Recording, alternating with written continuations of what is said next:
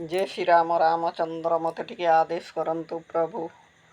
मु वाल्मीकि रामायण जय श्री राम रामचंद्र तुमर चरण तले मोर कोटि कोटि प्रणाम।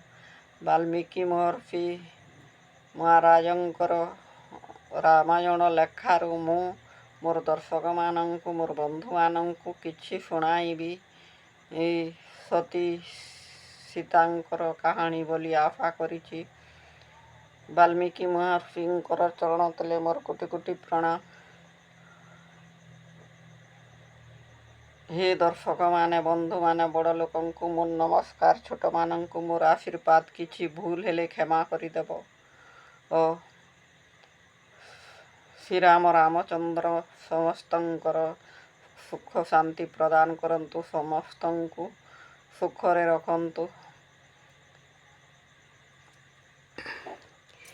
एही वाल्मीकि रामायण रे नुरु मु किछि मोर दर्शक मानंकु शुणाइबी बोली आशा करिछि। हे माँ गायत्री गुरुदेव, माँ सरस्वती मोर कंठरे टिके विराजमान कर। समस्तंकर चरण तले मोर कोटि कोटि प्रणाम। मते टिके भक्ति टिके प्रदान कर, सहयोग कर।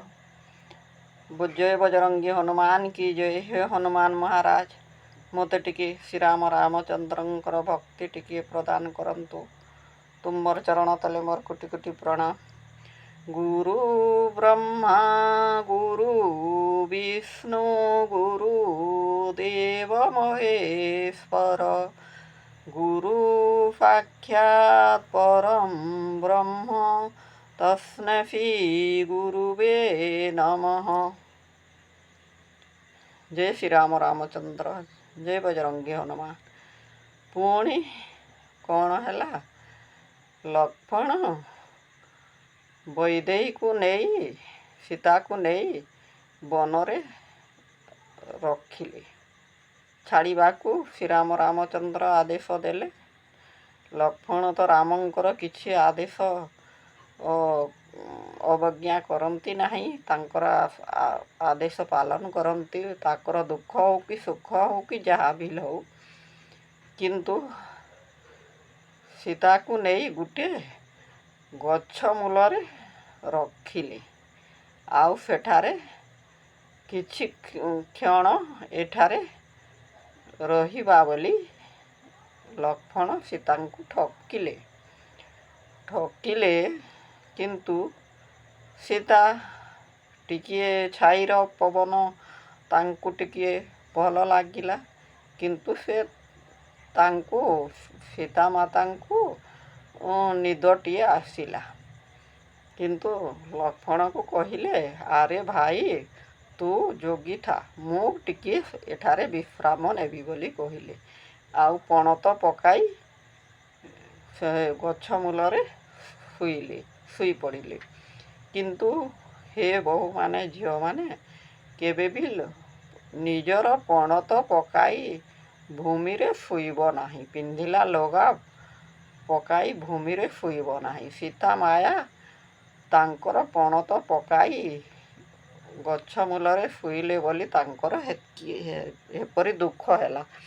किंतु सही परी भावी लोके कहती पूर्वपुरुष लोके पणत पकाइब नाही बोली, आउ भूमि रे शुइब नाही बोली। किंतु सीता माया शुई पड़िले। लक्ष्मण चिठी गुटिए श्री राम रामचंद्र तांकु देइथिली। तू जेउठारे सीता को छाड़बू ये चिठीटा तार सामनारे थुई देबू बोली कहिथिली। किंतु लक्ष्मण मने मने भाबुथुले, मु सीता माया को केमेंती केनु ठारे थुईबी आउ जीवी बोली। किंतु दैवर तो सबु खेल, मायार तो सबु खेल। भगवान तो मानव जन्म नहीं और मानव लीला आम मानू शिक्षा देइछंती। किंतु तांकु निद होला, शुइले। लक्ष्मण चिठी पकाई सेठा जगारू पलाई आसिले। किंतु किछि क्षण शुई आखि फिटाई न करी लक्ष्मण मते जुगी छंती बोली सीता माया कहिले, ଆରେ ଭାଇ ଲକ୍ଷ୍ମଣ, ହଁ ମୁଁ ବହୁତ ବେଳ ତକ ଶୋଇ ପଡ଼ିଲି ଏଠାରେ, କିନ୍ତୁ ଚାଲ ଯିବା ଆଶ୍ରମକୁ, ବାଲ୍ମୀକି ଆଶ୍ରମକୁ ଯିବା।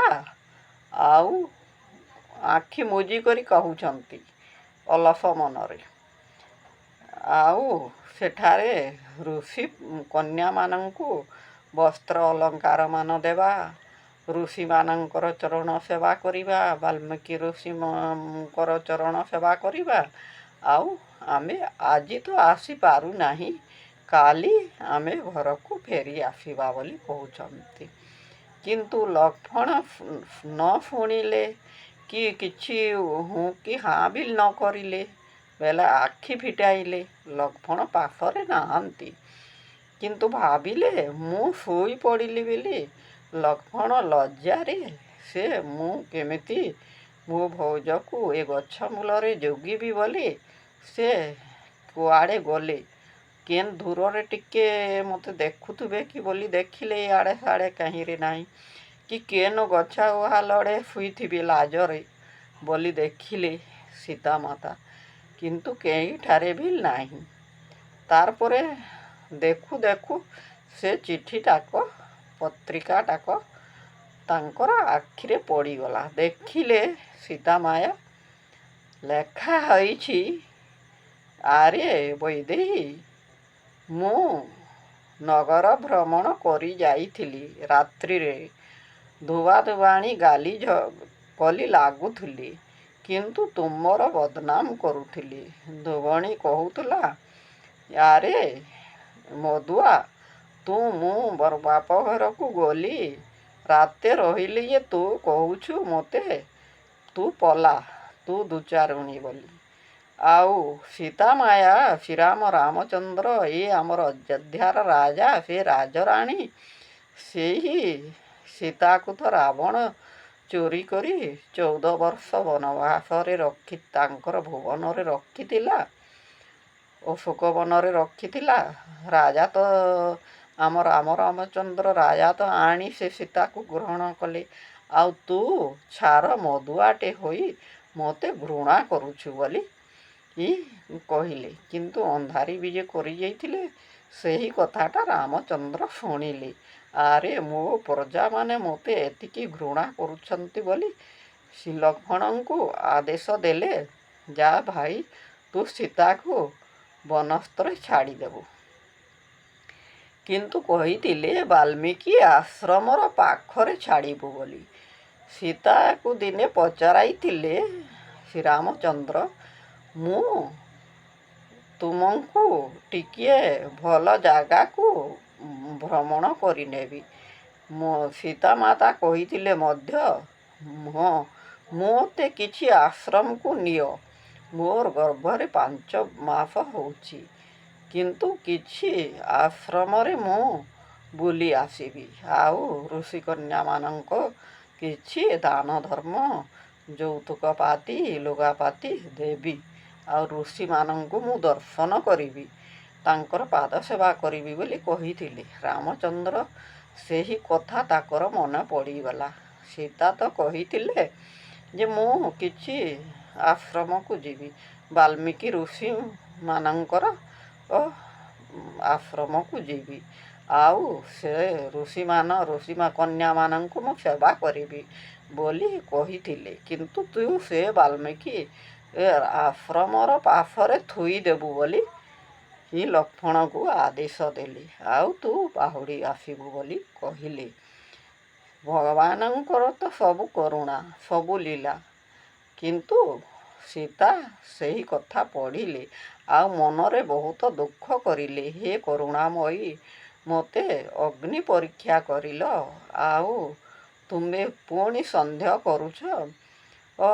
ଆଉ ମୋତେ କହିଥାନ୍ତା, ଆଉ ତୁମେ ଛାଡ଼ିଥାନ୍ତା, ମୁଁ ଯେଉଁଠାକୁ ହେଉ ବୋଲିଥିଲି ସେଉଠାକୁ ମୋତେ ନେଇଥାନ୍ତା, ଆଉ ମୁଁ ତୁମକୁ ବଦନାମୀ କରିନଥାନ୍ତା ବୋଲିକରି ତାଙ୍କର ମନ ବହୁତ ଦୁଃଖ ହେଲା। ଆହେ ଜୟ ରାମ, ହେ ଜୟ ରାମ, ହେ ରାଜୀବ ଲୋଚନ ଘନ ଶ୍ୟାମ, आहे ଜୟ ରାମ ହେ। ଓಂ ଶାନ୍ତି ଶାନ୍ତି ଶାନ୍ତି। ହେ ଦର୍ଶକମାନେ, ବନ୍ଧୁମାନେ, ତୁମକୁ ମୋର ଅନୁରୋଧ, ମୋର ଭିଡ଼ିଓକୁ ଗୋଟେ ସବସ୍କ୍ରାଇବ୍ କରନ୍ତୁ, ଆଉ ଲାଇକ୍ କରନ୍ତୁ, ଆଉ ମୋତେ ଆଗକୁ ଯିବାକୁ ଟିକେ ସୁଯୋଗ କରନ୍ତୁ। ଶ୍ରୀରାମ ରାମଚନ୍ଦ୍ର ମଧ୍ୟ ସୁଯୋଗ କରନ୍ତୁ। ଏ ଧରିତ୍ରୀ ଶାନ୍ତି, ପୃଥିବୀ ଶାନ୍ତି, ସମସ୍ତଙ୍କୁ ସୁଖ ଶାନ୍ତି ଶ୍ରୀରାମ ରାମଚନ୍ଦ୍ର ପ୍ରଦାନ କରନ୍ତୁ। ଓಂ ଶାନ୍ତି।